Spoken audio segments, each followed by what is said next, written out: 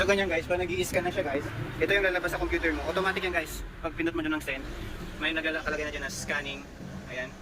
1-1. Tapos antayin nyo lang siya So hi guys, welcome back sa ating Tech Menore Vlog. So for today's video ay tuturuan ko kayong mag-scan dito sa Epson L14150. So tara guys. So ito guys si Epson L14150. Ayan guys. Ayan. L4150. Ayan siya. So andito ulit ako sa tindahan guys. Maaga pa kaya wala pa masyadong bumibili. So ayan, tuturuan ko kayo kung paano mag-scan dito kay Epson L14150. So unang-unang yung gagawin guys, syempre saksak nyo muna yung printer. Tapos i-on nyo. So pag naka-on na guys, naka-on na. Hindi nyo makita yung ayan. Ayan. Pag naka-on na guys, dito nyo, lagay nyo lang dito sa ano.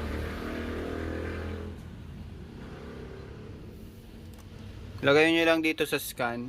Ayan. Tapos select nyo yung computer. So make sure lang guys na yung printer nyo nakakonect via USB dyan sa laptop or computer nyo ha. Kasi mas mabilis yung ano pag i-scan nun. So dapat po guys meron na kayong drivers dun sa computer or laptop nyo para mabilis lang yung pag-scan nyo. So ayan, 'di ba? Balik natin. Yan yung home. Piliin nyo yung scan. Tapos yung computer. Tapos click nyo lang yung OK. Di ba dyan? Sa akin kasi pangalan ng computer ko is Menore. So sa akin naka-set up na. Pero kung di pa sa'yo naka-set up, pwede mo itong i-click dito. May pilihan yan dito kung anong computer yung gagamitin mo. Ayan.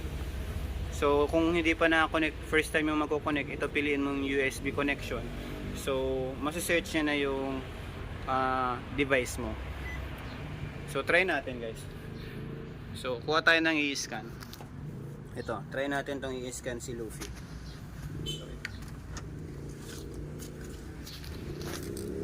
Try natin dyan si Luffy. Tapos yun, scan mo na, last use, Menore, automatic na yan. So send na natin. So ganyan guys, pag nag-i-scan na siya guys, ito yung lalabas sa computer mo. Automatic yan guys. Pag pindot mo dyan ng send, may nakalagay na dyan na scanning. Ayan. 1-1. Tapos antayin nyo lang siya matapos guys. Mag-a-appear siya dito sa screen. Okay. Bilis lang yan guys. So mas maganda talaga mag-scan dito kay Epson L14150. So ayan na guys. So ayan na, na-scan na. So pwede mo siyang i-crop kung yung docs mo medyo may mga ano. Pwede mo siya i-crop. Pwede delete, rotate, crop. So akin okay na yan. I-next mo lang pag okay na yan.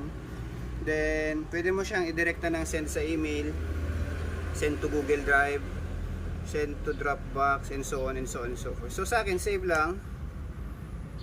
Ayan, pangalanan na lang natin Luffy.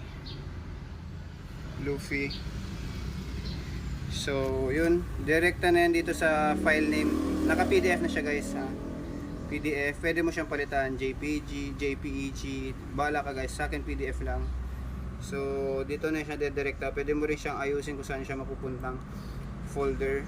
So akin okay na yan. So click mo lang yung save. Yun, ayan na. Tara yung Luffy, open natin.